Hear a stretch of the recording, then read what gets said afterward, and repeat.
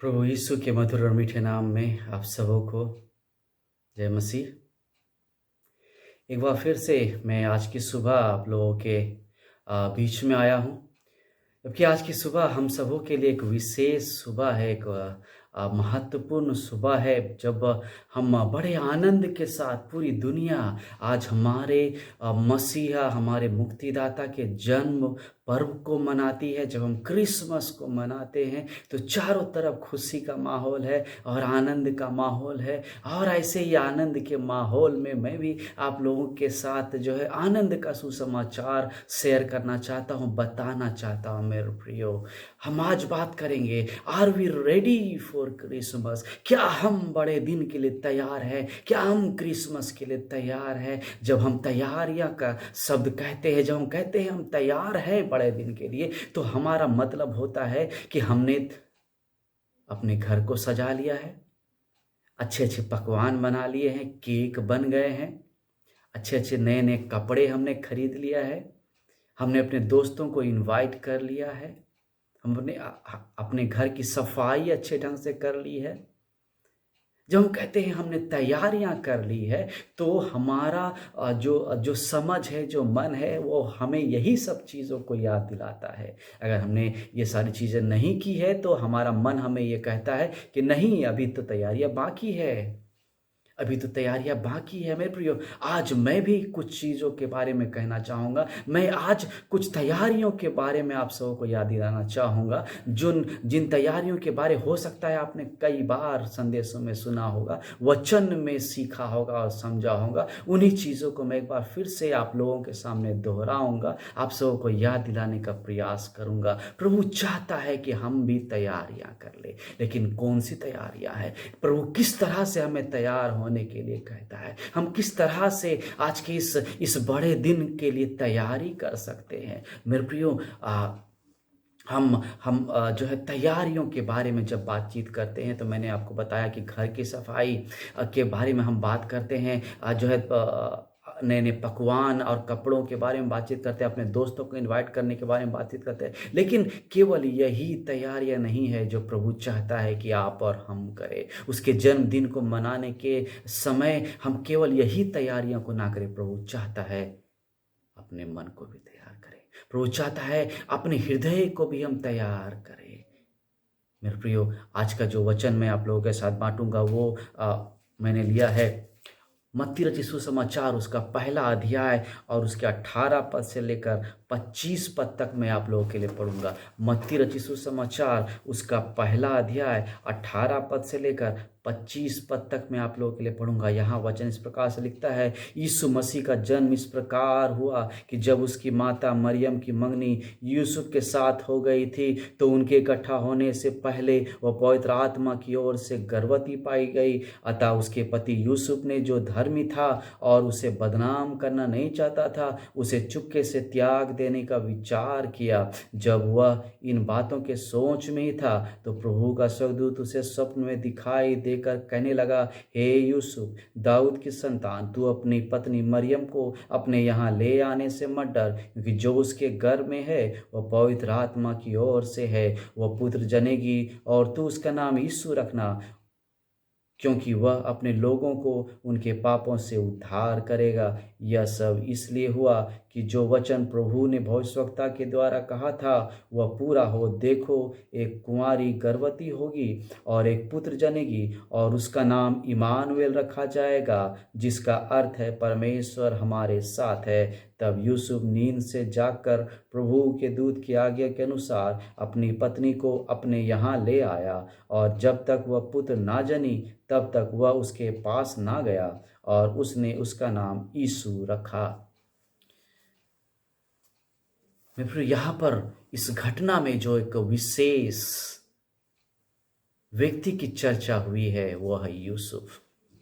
और मैं एक बार आप लोगों को बताना चाहता हूं कि ये जो यूसुफ है, इसके जीवन से हमें बहुत ही महत्वपूर्ण चीज़ों को सीखने के अवसर मिलता है।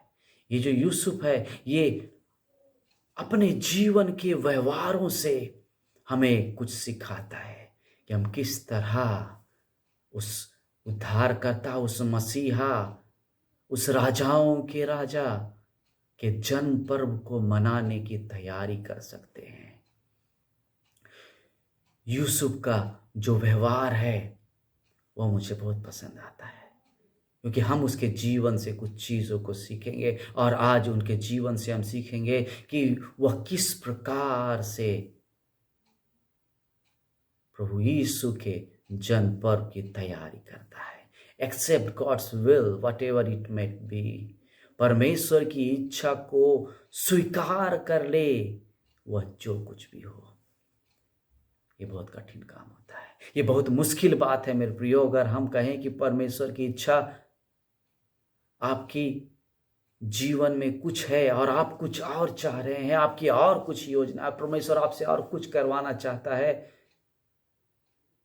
यह आसान नहीं होता। अगर परमेश्वर के दासों से आप पूछेंगे, बातचीत करेंगे, तो आपको समझ में आएगा कि परमेश्वर की इच्छा पर चलना जितना आसान मालूम चलता है उतना आसान होता नहीं है। अपनी इच्छाओं को परमेश्वर के हाथों में दे देना और परमेश्वर की इच्छा को अपने जीवन में स्वीकार कर लेना आसान काम नहीं है। यूसुफ के बारे में भी अगर हम बात करें तो यूसुफ के पास भी बहुत सारा योजना था, बहुत सारी कल्पनाएं थी जो उसने करके रखी थी। उसकी योजना थी कि मैं मरियम के साथ शादी करूंगा और हमारे बच्चे होंगे और हमारा एक अच्छा परिवार होगा और हम जो है नाजरत शहर में रहेंगे और हमारा एक अच्छा घर होगा और जो मैं व्यवसाय कर रहा हूँ, मैं जो बढ़े का काम कर रहा हूँ, उस बिजनेस को भी मैं आगे बढ़ाऊँगा और उसे और अच्छे ढंग से करूँगा, ज़्यादा पैसे कमाऊँगा और भी बहुत सारी उसकी योजनाएं होंगी। लेकिन इन योजनाओं को जैसे एक ब्रेक लग जाता है।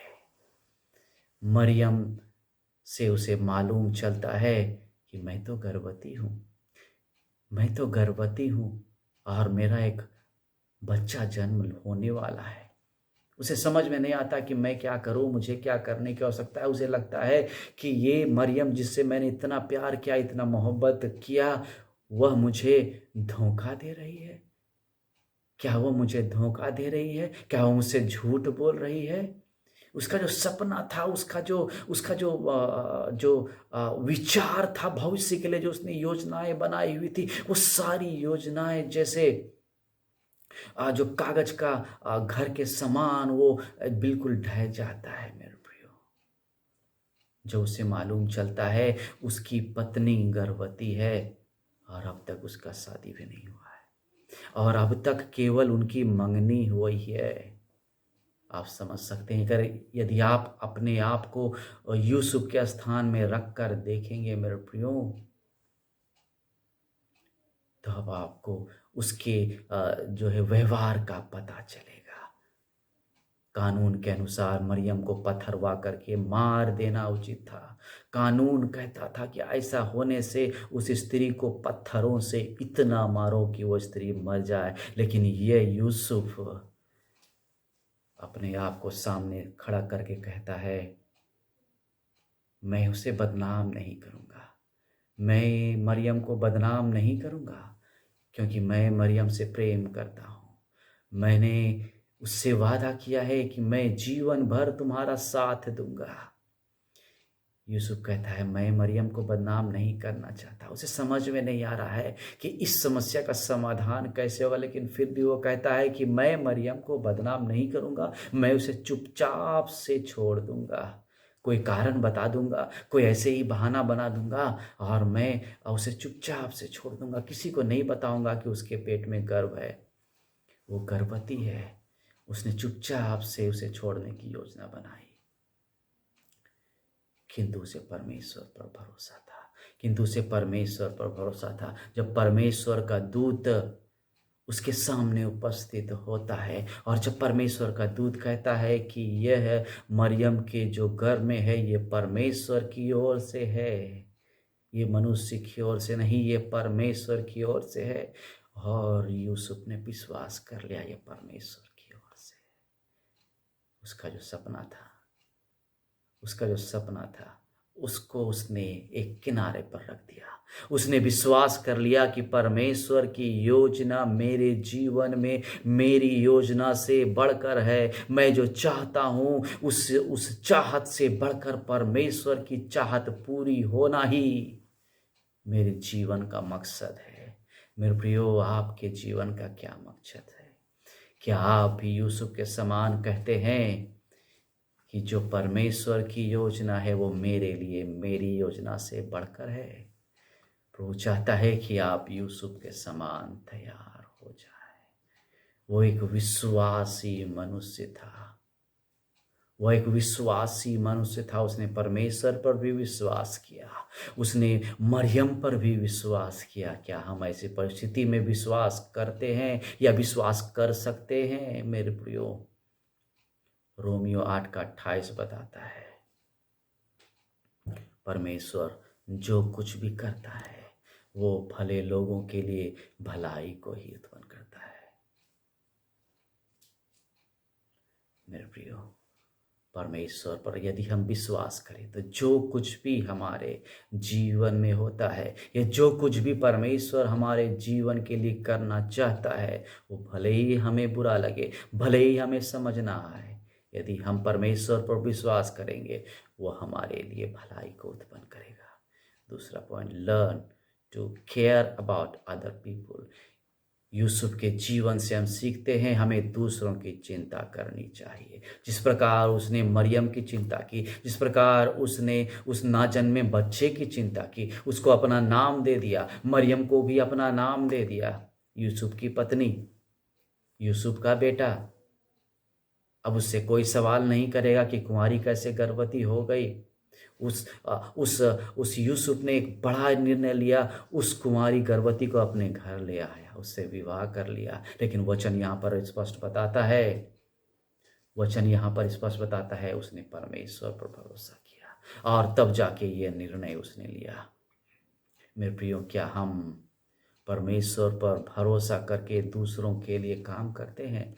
दूसरों के लिए काम करते हैं इस उद्देश्य से कि दूसरे हमारी सहायता करें या दूसरे हमारे लिए अच्छे शब्दों को कहे, या हम उम्मीद करते हैं परमेश्वर से कि परमेश्वर हमारे लिए अच्छा कहे, अच्छा करे और हमारे जीवन में आशीष को दे? तीसरा जो पॉइंट हम देखेंगे, learn to give whatever we have to give. जो कुछ भी हमारे पास है उसे देने के लिए हमें सीखने की आवश्यकता है। तो तीसरी चीज हमें यूसुफ के जीवन से सीखने के लिए मिलती है कि जो कुछ भी यूसुफ के पास था उसने मरियम के लिए दे दिया, अपने नाजन्मे बच्चे के लिए दे दिया। और जब बच्चा हुआ तो उसके लिए जो है उसने बहुत सारी जो तैयारियां को भी की होगी, बहुत सारे त्यागों को भी किया होगा। मेरे प्रियो, उसकी योजना थी कि वो नाजरत में रहेगा, उसकी योजना थी कि वो नाजरत शहर में रहेगा, एक अच्छा घर बनाएगा, वहां पर अपने बिजनेस को चलाएगा। लेकिन उसने अपनी इच्छा को दे दिया, अपनी इच्छा को छोड़ दिया, क्योंकि परमेश्वर की इच्छा थी कि वो जो बच्चा है वो नाजरत में नहीं, कहीं और लेके चला जाए, कहीं और लेके चला जाए, मिस्र देश में चला जाए। और उसने अपने शहर को छोड़ने का निर्णय इसलिए लिया क्योंकि उसके पास देने का हृदय था। क्या आज हमारे पास देने का हृदय है? क्या आज हमारे पास देने का हृदय है? मेरे प्रियो, परमेश्वर हमसे कहना चाहता है अपने आप को परमेश्वर के हाथों में आज समर्पित कर दे। जब हम कहते हैं कि हम क्रिसमस के लिए तैयार हो रहे हैं,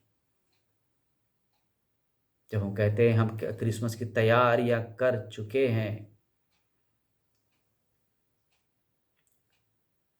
और इसी समय हमारा प्रभु हमसे कहता है तुमने तो तैयारियां कर ली है, बड़े बढ़िया से, बड़े अच्छा से तुमने तैयारियां कर ली है, बहुत बखूबी तरीके से तुमने तैयारियां कर ली है, लेकिन थोड़ा देर रुक जाओ, थोड़ा देर ध्यान करो कि तुमने किस तरह की तैयारियां की है।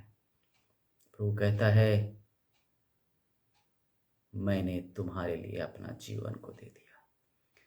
मैं इस संसार में जन्म इसलिए लिया कि अपने जीवन को दे पाऊं, और मेरे जीवन के देने की खुशी में तुम क्रिसमस को मना रहे हो। वो कहता है मैंने अपने आप को तुम्हारे लिए दे दिया, तुमने मेरे लिए क्या दिया? उसके बाद भी आज ये मेरी क्रिसमस है, एक आनंद का क्रिसमस है मेरे प्रियो।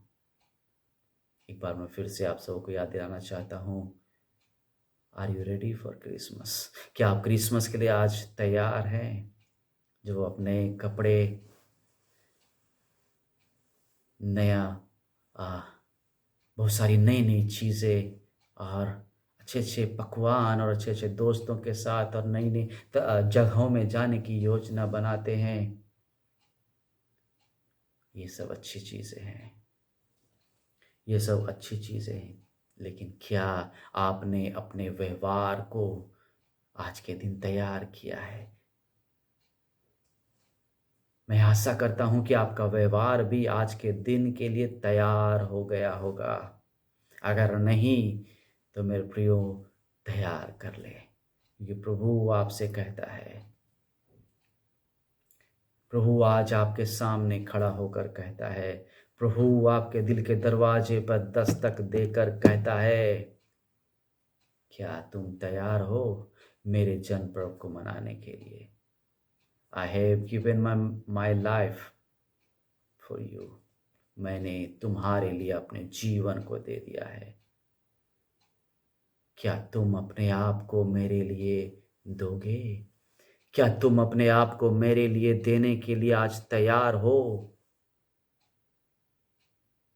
आप में से हर किसी के लिए आज ये सवाल है कि प्रभु ने अपने आप को हमारे लिए दे दिया। क्या हम यूसुफ के जीवन से इन 3 चीज़ों को नहीं सीख सकते? पहली चीज़ हमने देखा, एक्सेप्ट गॉड्स विल, परमेश्वर की इच्छा को स्वीकार कर ले, वो चाहे जो कुछ भी हो। दूसरी चीज़ हमने देखा, learn to care about other people, दूसरे लोगों की चिंता करना सीख जाएं। तीसरी चीज़ हमने देखा, learn to give whatever we have to give, जो कुछ भी हमारे पास है हम देना सीख जाएं। प्रभु आपसे कुछ और नहीं चाहता, वो चाहता है आप उसके लिए समय दें, आप उसको धन्यवाद दें, आप उसको याद करें। आइए अपने आंखों को बंद करें, हम प्रभु के पास आएंगे और प्रभु से कहेंगे, हाँ प्रभु, मैं यूसुफ के जीवन से आज सीखता हूँ,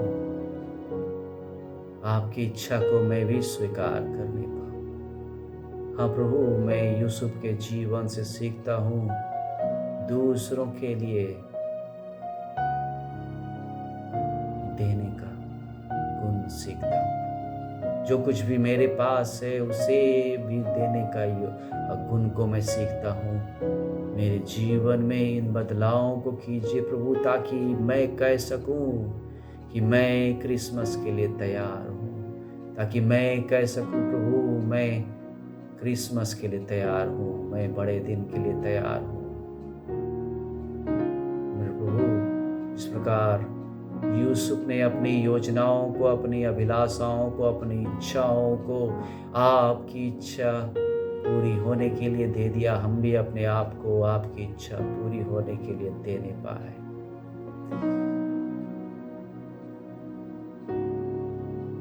आइए प्रार्थना करें। अनुकारी परमेश्वर पिता, आज की सुबह एक बार फिर से मैं आपको धन्यवाद देता हूँ प्रभु कि आपके आशीष का हाथ हमारे ऊपर है। जब आज की सुबह हम आपके जन्म पर्व को मनाते हैं आनंद और खुशी के साथ प्रभु, हम अपने आप को सही रूप में तैयार करने पाए। जिस प्रकार आप हमें तैयार करना चाहते हैं हम उस प्रकार तैयार होने पाए और आपकी इच्छा हमारे जीवन में पूरी होने पाए और आपका राज्य आने पाए। वो जिस प्रकार यूसुफ ने अपने आप को तैयार किया, आपके इस संसार में जन्म लेने से पहले उसने बहुत सारी तैयारियों को कर लिया, इसी प्रकार आपके आने से पहले हम भी तैयारियों को करें। इस प्रकार वचन बताता है कि आपका आना निकट है, आपका दूसरा आना निकट है। पहली बार आप आए उस बालक रूप में प्रभु, लेकिन दूसरी बार जब आप आते हैं, आप राजा के रूप में आते हैं, आप न्याय के रूप में आते हैं प्रभु, उस न्याय का सामना करने के लिए, उस सर्वशक्तिमान राजा का सामना करने के लिए हम तैयार होने पाए। रोज ही हम सबको तैयार करें, ताकि आपके सवाल का हम जवाब देने पाए। आप हमसे पूछते हैं, मैंने तुम्हारे लिए अपने जीवन को दे दिया, तुम आज मुझे क्या देते हो। मेरे प्रभु हम सबों को आज तैयार करें। आज जब हम क्रिसमस को मनाते हैं प्रभु, हम सबके जीवन में आप जन्म लीजिए और हम सबों को नाम बनाम आशीष प्रदान करें। हर एक श्रोताओं को जो भी संदेश को सुनते हैं, हर किसी को नाम बनाम आशीष प्रदान करें। हर एक के जीवन में आप जन्म लीजिए और हर एक के जीवन के व्यवहारों को, उनके स्वभावों को आप बदलिए, ताकि आपके लिए वो जीने पाए और आपको महिमा उनके जीवन से, उनके व्यवहारों से, उनके बोलचाल से, कामों से मिलने पाए। धन्यवाद देते हैं प्रभु कि आपने प्रार्थना को सुना है, क्योंकि इन प्रार्थनाओं को हम प्यारे प्रभु यीशु के नाम में मांगते हैं। सुने और ग्रहण कर ले। आमीन, आमीन और आमीन। आप सबों को मेरी और मेरे परिवार की ओर से बड़े दिन की ढेर सारी शुभकामनाएं। मेरी क्रिसमस।